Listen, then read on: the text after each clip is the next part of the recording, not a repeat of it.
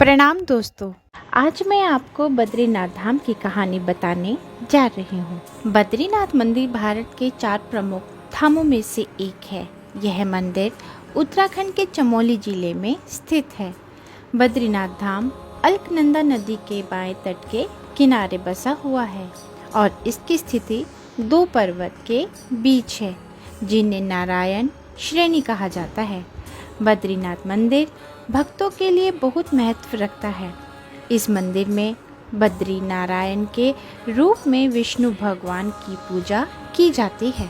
इसे बद्री धाम या छोटा 4 धाम कहकर भी बुलाया जाता है। यह भारत में स्थित 4 धामों में से एक प्रमुख धाम है, जिसे हिंदुओं द्वारा विशेष मान्यता दी जाती है। इसके अलावा यह मंदिर वैष्णवों का सबसे पवित्र मंदिर माना जाता है। यह वैष्णव के 108 दिव्य दिवस में शामिल है। यहाँ पर भगवान बद्रीनाथ की मूर्ति स्वयं प्रकट हुई है। बद्रीनाथ की यात्रा लगभग 6 महीने तक चलती है, जिसकी शुरुआत अप्रैल से होती है और लगभग नवंबर में यात्रा बंद हो जाती है। बद्रीनाथ मंदिर का निर्माण। बद्रीनाथ मंदिर में बद्रीनाथ की स्थापना 16वीं सदी के गढ़वाल के राजा ने की थी, जिसने भगवान बद्रीनाथ की मूर्ति को जिस मंदिर में स्थापित कराया था। इसके बाद बद्रीनाथ धाम का निर्माण 8वीं सदी में आदि गुरु शंकराचार्य ने कराया था। कहा जाता है कि आदि गुरु शंकराचार्य के अनुसार इस मंदिर का पुजारी केवल दक्षिण भारत के केरल राज्य से हो सकता है। इस मंदिर को 3 भागों में विभाजित किया गया है, जिसमें मंदिर का गर्भगृह, दर्शन मंडप और सभा मंडप है। इस मंदिर के अंदर कुल 15 मूर्तियां स्थापित है, जिसमें एक मूर्ति भगवान विष्णु की शालिग्राम की काली प्रतिमा है। इस बद्रीनाथ धाम को धरती का बैकुंठ कहकर भी संबोधित किया जाता है। कहा जाता है कि पहले इस जगह में भगवान शिव का वास हुआ करता था। एक बार भगवान विष्णु ध्यान मगन होने के लिए कोई स्थान ढूंढ रहे थे।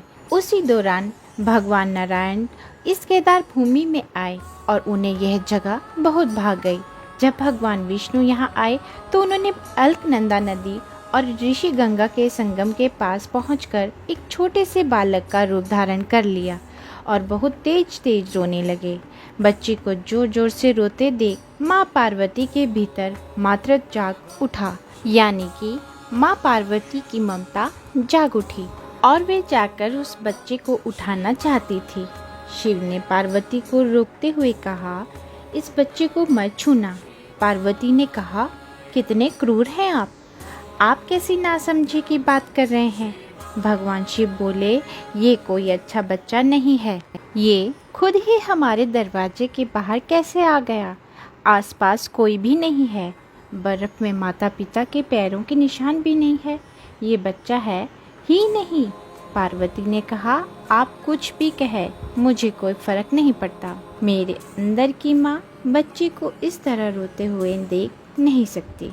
और यह कहकर वे बच्चे को घर के अंदर ले गई। बच्चा माँ पार्वती की गोद में आराम से था और भगवान शिव की तरफ देखकर बहुत खुश हो रहा था। भगवान शिव इसका नतीजा जानते थे, लेकिन करे तो क्या करे।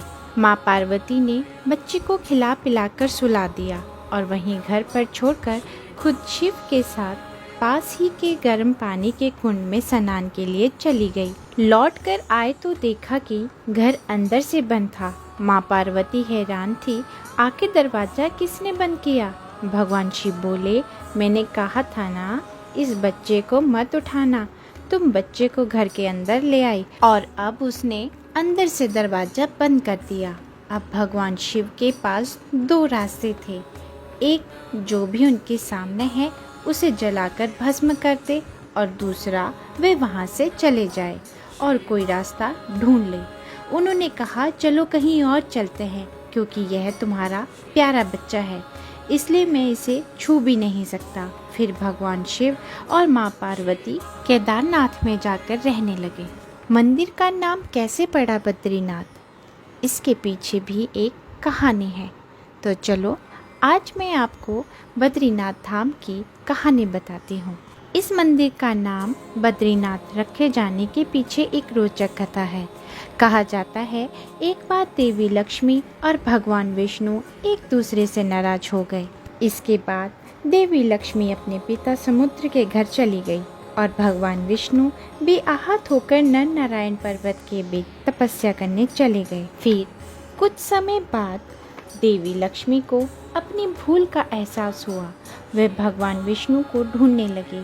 उन्होंने देखा कि नारायण बर्फ से ढके पर्वतों के बीच बैठे तप कर रहे थे और उन पर बर्फ गिर रही है। देवी लक्ष्मी यह सब देखकर बहुत दुखी हुई और वे बद्री यानी बेड़ का पेड़ बन गई ताकि तप में लीन भगवान विष्णु पर बर्फ न गिरे। वहीं जब भगवान विष्णु का तप पूर्ण हुआ तो उन्होंने देवी लक्ष्मी को बेड़ के वृक्ष के रूप में देखा। इससे भगवान विष्णु बहुत प्रसन्न हुए। उन्होंने कहा कि इस स्थान को बद्रीनाथ धाम से जाना जाएगा। तब से अब तक इस स्थान को बद्रीनाथ धाम के नाम से जाना जाता है और यही तीर्थ बद्रीनारायण से भी जाना जाता है और यहाँ बद्री देवी लक्ष्मी का स्वरूप है। कहा जाता है कि इसी स्थान पर नर और नारायण ने तपस्या की थी। नर और नारायण भगवान शिव के अंश थे और धर्म के पुत्र थे जो तपस्या करने के लिए एक उपयुक्त स्थान ढूंढ रहे थे। यहाँ आकर उन्होंने पंचबद्री के अन्य 4 धामों की अपेक्षाकृत अलकनंदा तट के किनारे होने के कारण इस स्थान को अधिक शीतल और उपयुक्त पाया है, इसलिए यहीं पर तपस्या करने लगे। यही नर महाभारत काल में अर्जुन के रूप में अवतरित हुए और नारायण ने कृष्ण अवतार लिया। बद्रीनाथ धाम से जुड़ी मान्यताएं। जब गंगा जी को पृथ्वी पर लाया गया था उस समय गंगा जी 12 भागों में बट गई, जिसमें से उनकी एक धारा अलकनंदा नदी भी है जहां पर भगवान विष्णु ने बेल के वनों में तपस्या की। बद्रीनाथ धाम के क्षेत्रों में प्राचीन काल से ही बेल के वृक्ष भरे हुए हैं। इस कारण इस जगह को बद्री वन कहकर भी बुलाया जाता है। बद्रीनाथ धाम के दर्शन करने से आत्मा पूर्ण रूप से मुक्त हो जाती है और उससे मोक्ष की प्राप्ति होती है। बद्रीनाथ मंदिर में एक ब्रह्मा कपाल शिला है। कहा जाता है यही भगवान शिव को ब्रह्म हत्या से मुक्ति मिली थी, इसलिए यहाँ पर पितरों का तर्पण और श्राद्ध भी किया जाता है। इस धाम में अलकनंदा नदी के तट पर एक गर्म पानी का झरना है जिसे तप्त कुंड कहा जाता है। इस मंदिर में भगवान विष्णु के पैरों के निशान भी हैं, जिसे चरण पादुका कहा जाता है। कहा जाता है कि बद्रीनाथ धाम में शंख नहीं बजाया जाता क्योंकि भगवान विष्णु ने माता लक्ष्मी के लिए इसी स्थान पर शंखचूड़ नाम के राक्षस का वध किया था, इसलिए ताकि लक्ष्मी जी को शंखचूड़ का स्मरण ना हो, इस वजह से यहाँ पर शंख नहीं बजाया जाता। बद्रीनाथ मंदिर की यात्रा करने के लिए 6 महीने मंदिर खुला रहता है और 6 महीने तक बंद रहता है। इस मंदिर को बंद करने के पूर्व इसमें अखंड ज्योति जलाई जाती है जो 6 महीनों तक जलती रहती है। दोस्तों, उम्मीद है कि आपको मेरी वीडियो पसंद आई होगी। वीडियो पसंद आई है तो लाइक करें, शेयर करें और सब्सक्राइब करना ना भूलें। जय माता दी।